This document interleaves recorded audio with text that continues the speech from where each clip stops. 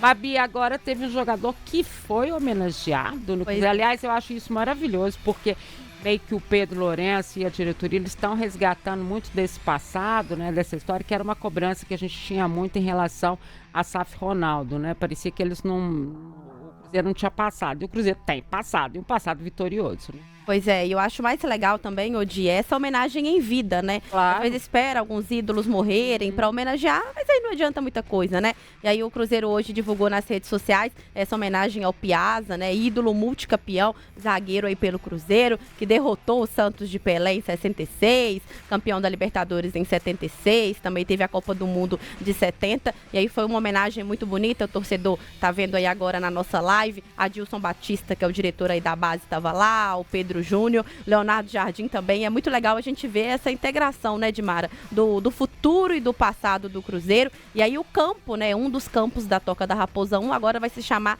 Campo Piazza, o Piazza que recebeu uma placa de homenagem, a camisa também, a nova camisa do Cruzeiro. E eu acho que tem que ser feito isso, né, essa gestão do Pedrinho, claro, que tá... colocou esse painel na Toca da Raposa 2, de alguns dos ídolos, e agora fazendo essa homenagem pro Piazza, que inclusive ontem, Dimara, completou 48 anos desde que ele se aposentou. Ele que aposentou em 77. Então foi num momento bem legal também. Ele tá ali bem feliz porque o campo da Toca 1 tem um significado enorme pro Piazza, né? Muita gente pode falar, mas por que não é na 2? Porque na 1 é que é o significado para esses jogadores, né, Daniel e Lélio, porque foi ali na Toca 1, né, que eles desenvolveram o trabalho. Deles. Lógico, começou aqui no Barro Preto, mas depois foi pra Toca 1 que eles, né, ali que era o lugar deles. Né? Mas por exemplo, no time campeão de 66 da Copa do Brasil, né, Raul, Pedro Paulo, Brasil. Da Taça Brasil, do Campeonato Brasileiro, né? Sim. Que agora é considerado, era Raul, Pedro Paulo, o William, Procópio Neco, Piazza e Diceu Lopes, Natal, Evaldo, Tostão e Hilton Oliveira. O time treinava ainda no Barro Preto, mas é uma homenagem ao camarada que foi campeão do mundo com a seleção brasileira e é um símbolo da história do Cruzeiro. O nome Piazza, quando você é Piazza, você lembra do Cruzeiro. Associação imediata. Imediata, não tem muito o que discutir. E se eu não estiver enganado, o Piazza, ele sai do Siderúrgica ou do Renascença e vai pro Cruzeiro. O Renascença, se eu não me engano, foi Procópio, eu acho. Acho que o Renascença foi Procópio. Não, o Procópio saiu do Atlético e vai pro Cruzeiro. Não, sim, mas lá é isso, né? Mas aí, depois o Piazza só jogou no Cruzeiro. Sim. Só no Cruzeiro. E na seleção brasileira. Sabe? Eu tenho quase certeza que é Renascença, viu? Pode ser. Mas o cara que foi titular na seleção, na maior seleção já formada até hoje em todos os tempos, que é a de 70, pelo menos pra mim, tem condição, né, de não ser homenageado. Piazza jogava bola demais. No Cruzeiro, ele era o único volante de marcação, de contenção, e ele corria o campo inteiro, pegava de um lado do outro, e fazia a cobertura da zaga e não passava ninguém. Tanto que a Mabi lembrou, ganhou do Santos de Pelé, né? O Santos que tinha Carlos Alberto, Gilmar Santos Neves, Pelé, Brito, Coutinho, e por aí vai. E o Cruzeiro ganhou aquela Taça Brasil. Alberto Torres. Carlos Alberto, capita. E ele saía bem com a bola, gente? Nossa Senhora. O Piazza era tão mais ou menos... Então aqui, vamos lá, né? Porque eles acham que isso tudo apareceu hoje, né? O Piazza era tão mais ou menos que ele era volante no Cruzeiro e tiveram que arrumar um lugar dele na Copa de 70 e colocar ele como zagueiro. Porque ele era tão bom que ele tinha que jogar. E aí ele jogou com o Brito, e o Brito mais tarde viria a ser zagueiro do Cruzeiro. Já faleceu. Mas é bom a gente falar isso, Amabi, porque tem muita coisa que eles acham que é do futebol de hoje, né? Não, tá, gente?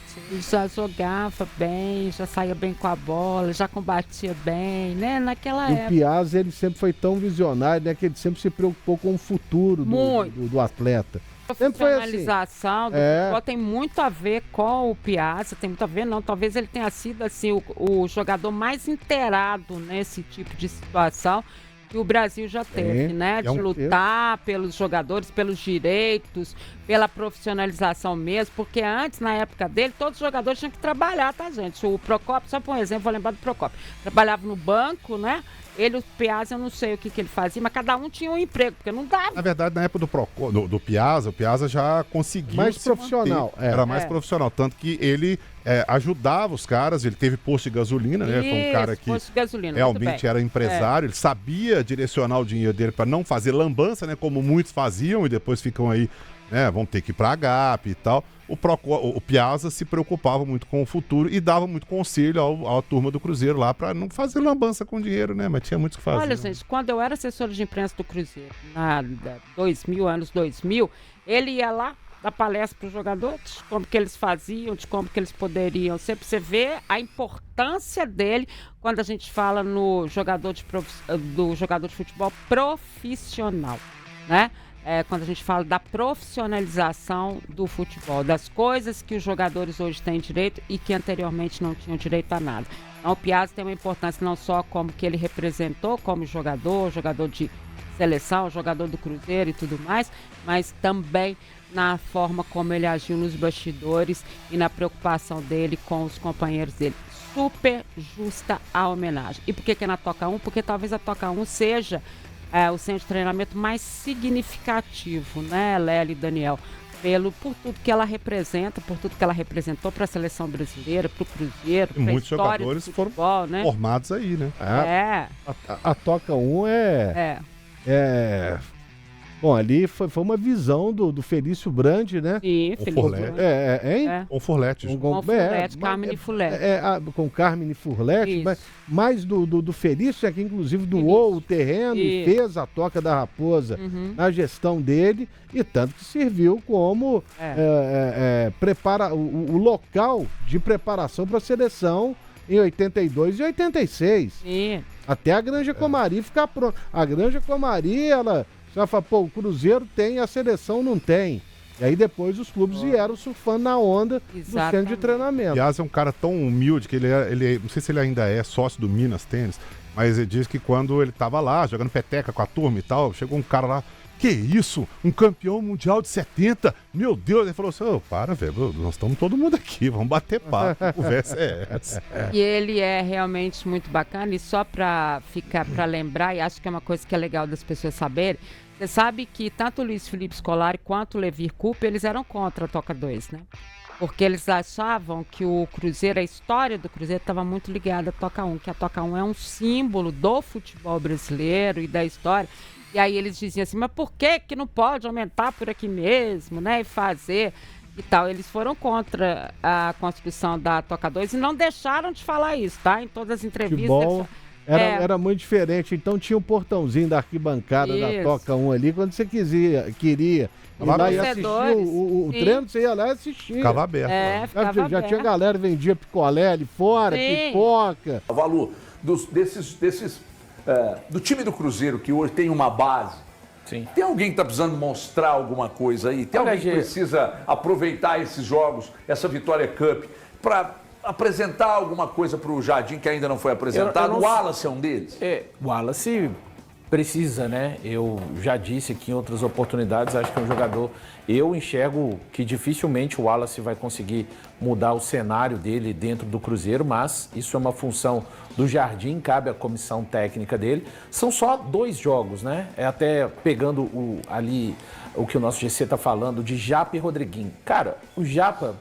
Eu não ficaria surpreso se ele nem entrasse em campo. Repito, é um jogador que não fez uma partida no ano de 2025.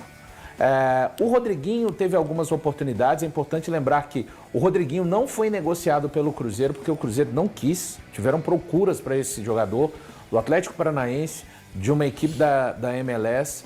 E o Cruzeiro, o atleta sinalizou de querer ficar e o Jardim sinalizou de querer que o atleta ficasse para, quem sabe, uma utilização ainda, para que ele possa se desenvolver neste elenco do Cruzeiro. Não sei se terá tempo, porque é hoje e domingo, e aí no próximo domingo, dia 13 de julho, já vem o Grêmio, né? Então, tem esses casos agora.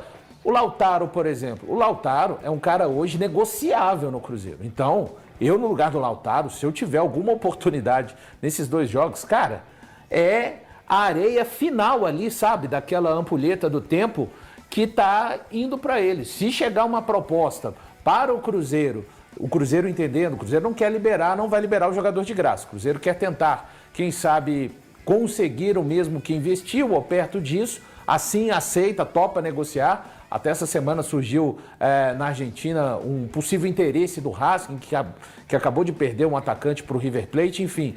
aí sim. Agora, então, o Lautaro é um jogador que está olhando assim, o tempo está escorrendo, né? Entre os dedos na questão da permanência do Cruzeiro, porque mais dia, menos dia, a janela que vai começar na próxima semana, dia 10, vai até 3 de setembro, se tiver o entendimento de que é uma boa proposta e que o jogador não conseguiu reverter esse cenário, pode ser sim uma das últimas oportunidades de convencer o Leonardo Jardim do contrário. Ô Valu, você sabe me dizer se já teve informação sobre isso, sobre o acordo de número de substituições para esses amistosos que vão acontecer lá em Cariacica? Porque nos Estados Unidos tinham 11 mudanças. Normalmente em jogos amistosos assim, você vê 6, 8, 11, você vê uma mudança geral. Você tem essa informação? Eu vou tentar trazer. Não tem, mas eu vou tentar trazer aqui durante o programa. Porque eu acho que o Leonardo Jardim, até inicialmente, ele pode propor algumas mudanças no time do Cruzeiro. Eu entendo que ele tem o time nas mãos, que é essa escalação correta, do 1 ao 11, eu também estou do lado de vocês, eu acho que ela é positiva, que mostra esse entrosamento da equipe do Cruzeiro, mas especificamente para esses 2 jogos, eu imagino que ele possa dar oportunidades aos jogadores que estão correndo, que estão jogando, como o Eduardo, como o Lautaro, que tem oportunidades e às vezes não aproveitam tão bem, como os jovens da base. Eu acho que ele pode dar uma pincelada, mesmo que dando uma surpresa para a gente no time titular hoje, que iniciar o jogo, colocando jovens na equipe, colocando jogadores que podem ter perdido de titularidade, como o caso do Gabigol, testar alternativas, porque o propósito de um torneio amistoso nem sempre é dar a cara ao time. O Cruzeiro hoje ele tem uma cara. Eu acho que a questão de competitividade é muito valioso. Você ter os seus titulares competindo. Que sempre que, por mais que seja amistoso, é um Brasil e Argentina. Os jogadores vão querer competir. O André está dizendo aqui que o que ele conseguiu de informação é que só o empate é pênalti, mas de número de substituições não, né? Será, mas vou tentar agora mas você. A gente vai conseguir. Isso até o fim do programa a gente vai conseguir. Mas o que eu quero dizer é assim, que às vezes ele dê oportunidade, mesmo inicial, para jogadores que não estão aparecendo no time principal, mas que ele vai utilizar para dar competitividade, para dar aquele up nos jogadores que ficaram tanto tempo para já pensar no jogo do Grêmio, ter os seus titulares, mas também dar uma rodagem, colocar jovens jogadores e também atletas que às vezes não estão tendo tanto espaço ou que estão sendo questionados, como o caso do Wallace. Elton, eu creio que esse fim do programa a gente vai conseguir. Mas o que eu quero dizer é assim, que às vezes ele dê oportunidade, mesmo inicial, para jogadores que não estão aparecendo no time principal, mas que ele vai utilizar para dar competitividade, para dar aquele up nos jogadores que ficaram tanto tempo parado para já pensar no jogo do Grêmio, ter os seus titulares, mas também dar uma rodagem, colocar jovens jogadores e também atletas que às vezes não estão tendo tanto espaço ou que estão sendo questionados, como é o caso do Wallace. Elton, eu creio que esse movimento, e aí daqui a pouco, lá às 19 horas da noite, a escalação pode, sim, de repente, confirmar a linha que eu acho que ele vai seguir ou, de repente, confirmar a linha que você está sugerindo. Eu estou só pensando. Sim. Se perguntar para mim qual a minha expectativa é de o time principal. Começar. Uhum. E aí, conforme a questão física, como voltaram das férias, de repente 50, 60 minutos, e depois ele girar o máximo de substituições que o HG está procurando. Já tem informação, Já tem informação aqui. 12. Mas em 3 paradas mais o intervalo.